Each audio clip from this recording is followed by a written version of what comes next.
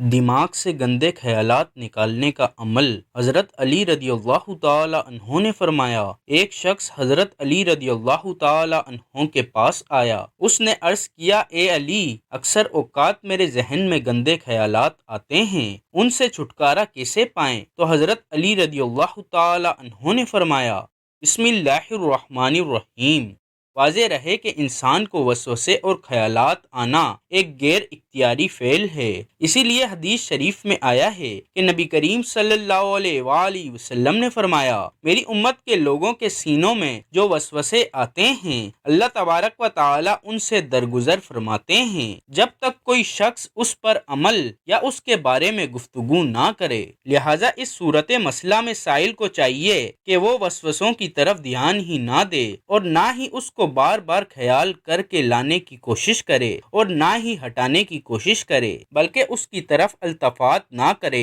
توجہ نہ دے اور لوگوں کو بھی نہ بتائے اور نہ ہی پریشان ہو، بلکہ ذکر اللہ کا اہتمام کرے یا اپنے آپ کو فوراً کسی کام میں مشغول کر لے۔ آمنت باللہ ورسولہ لا حول ولا قوت الا باللہ اور استغفار پڑھنے کا اہتمام کرے۔ حضرت ابو ہریرہ رضی اللہ تعالی عنہ سے روایت ہے کہ رسول اللہ صلی اللہ علیہ وآلہ وسلم نے فرمایا، بدگمانی سے بچو کیونکہ یہ سب سے زیادہ جھوٹی بات ہے۔ اللہ رب العزت نے سورہ بقرہ میں فرمایا، جو کچھ آسمان اور زمین میں ہے سب اللہ ہی کا ہے، اور اگر تم ان باتوں کو ظاہر کرو گے جو تمہارے نفسوں میں ہیں یا ان باتوں کو چھپاؤ گے تو اللہ تعالیٰ تم سے ان کا حساب لے گا، پھر جسے چاہے گا بخش دے گا اور جسے چاہے گا عذاب دے گا، اور اللہ تعالیٰ ہر چیز پر قدرت رکھنے والا ہے۔ اس آیت کے سیاق و سباق کو مد نظر رکھا جائے تو یہ بات بخوبی واضح ہو جاتی ہے کہ اس سے پہلے اللہ تعالیٰ نے گواہی کو ظاہر کرنے کا حکم دیا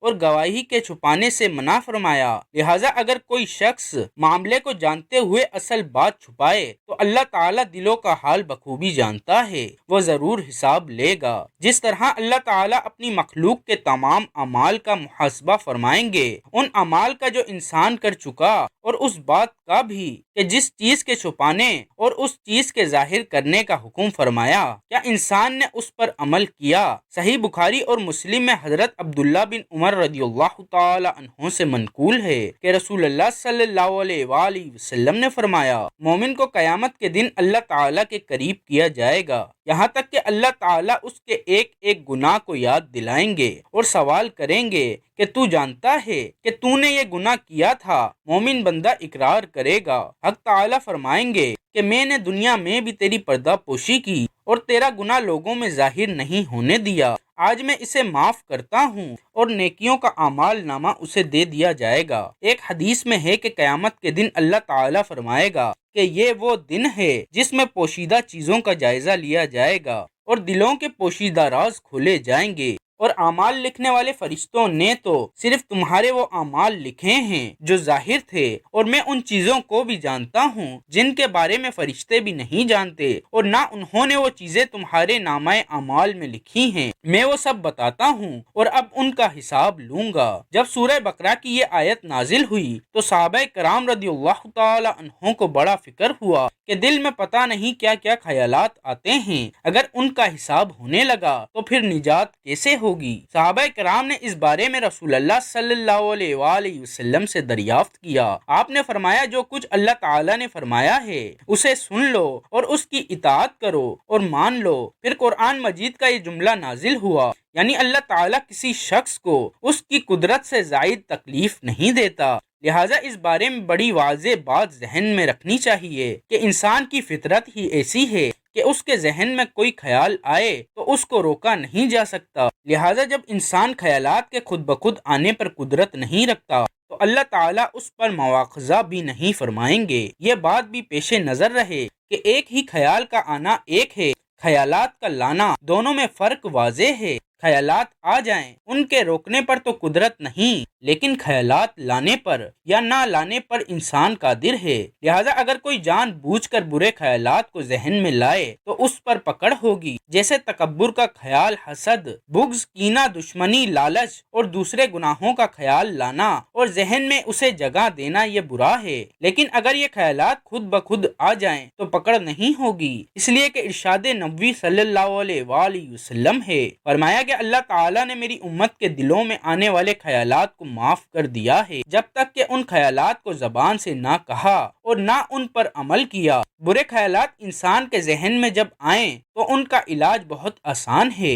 ماہرین نفسیات کے تحقیق کے مطابق ایک صحت مند انسان کے ذہن میں ایک وقت میں ایک طرح کا خیال رہ سکتا ہے، لہٰذا جب بھی کوئی برا خیال ذہن میں آئے تو اپنے ذہن کو کسی اچھے کام اور اچھے خیال کی طرف مائل کر دیا جائے۔ جب اچھا خیال ذہن میں آئے گا تو برا خیال خود بخود نکل جائے گا۔ لیکن معاشرے کے بعض انسان وہ بھی ہیں جن کا ذہن ہر وقت برے خیالات اور گناہوں برے وسوسات سے بھرا رہتا ہے۔ اس کی ایک بڑی وجہ ہے اور وہ یہ کہ انسان کا ذہن ایک کیسٹ کی طرح ہے۔ انسان جو کچھ کانوں سے سنتا ہے وہ آوازیں ذہن میں ریکارڈ ہو جاتی ہیں، اور جو کچھ آنکھوں سے دیکھتا ہے وہ تصویریں بھی ذہن میں محفوظ ہو جاتی ہیں۔ اب اگر انسان کیسٹ میں گناہوں بری آوازیں محفوظ کرتا رہے اور ممنوعہ مناظر کو ذہن میں نقش کرتا چلا جائے، اور جب ذہن میں وہ کیسٹ چلے تو اب یہ انسان پریشان ہو کر چاہتا ہے کہ اس میں سے نیک باتیں سنائی دیں اور اچھے مناظر دکھائی دیں، تو یہ ناممکن ہے، خلاف فطرت ہے۔ اس لیے اگر انسان اپنے سننے کی چیزوں کو پاکیزہ بنا لے، دیکھنے اور پڑھنے کی چیزوں کو پاکیزہ بنا لے، تو انشاءاللہ دل میں آنے والے برے خیالات سے چھٹکارا ہو جائے گا۔ اللہ تعالیٰ چونکہ ہمارے ذہن میں چھپائی جانے والی اور ظاہر کی جانے والی باتوں کا بہرحال حساب لے گا، اس لیے ہمیں زندگی اس طرح گزارنی ہوگی کہ اگر کچھ باتیں ہمارے ذہن میں دوسرے کے فائدے کی ہوں وہ ضرور بتائیں، انہیں نہ چھپائیں، جیسے گواہی چھپانے سے منع فرمایا، اور ایسی باتیں جن سے دوسروں کی اصلاح ہو سکتی ہو، اور بہت سی ایسی باتیں جن سے کسی کو دینی یا دنیاوی فائدہ پہنچ سکتا ہو، اور اگر کسی کے بارے میں بری باتیں معلوم ہو جائیں تو اسے چھپایا جائے۔ رسول اللہ صلی اللہ علیہ وآلہ وسلم نے یہی ہدایت دی ہے کہ جو کوئی دوسرے مسلمان کا عیب چھپائے گا، اللہ تعالیٰ قیامت کے دن اس کے عیبوں کو چھپائے گا، اور انسان بھرپور کوشش کرے کہ اس کے ذہن میں اچھے خیالات آئیں، برے خیالات پر پریشان ہونے کے بجائے ان کا علاج کرے، اپنے دیکھنے، سننے اور پڑھنے کی چیزوں کو پاکیزہ بنائیں، اس لیے کہ اللہ رب العزت دل میں چھپے اور ظاہر کی جانے والی چیزوں کا حساب لے گا۔ اس بات کا پختہ یقین رکھنے والا شخص یقیناً دنیا و آخرت میں کامیاب انسان شمار ہوگا اور معاشرے میں ایک تندرست ذہن رکھنے والا انسان شمار ہوگا۔ حضرت علی رضی اللہ تعالی عنہ کے پاس ایک شخص آیا اور اس نے برے خیالات اور وسوسوں کی شکایت کی، تو اس کو آپ رضی اللہ تعالی عنہ نے یہ نصیحت فرمائی کہ حرام مال اور حرام کاموں سے اجتناب کرو، اور جب بھی کھانے کے لیے بیٹھو تو لقمہ حلال پر یا غفورو یا اللہ یا رحمانو پڑھ کر پھونک دو، اس عمل سے برے خیالات آنا رک جائیں گے۔ تو ناظرین، اگر آپ بھی ایسے خیالات اور وسوسوں سے پریشان ہیں اور ان سے نجات چاہتے ہیں تو اس عمل کو کریں۔ اللہ تعالی ہم سب کو ہدایت کے راستے پر چلنے اور ہمارا خاتمہ ایمان پر فرمائے، آمین۔ ناظرین، کمنٹ باکس میں اللہ تعالی کے 99 ناموں میں سے ایک نام ضرور ٹائپ کریں۔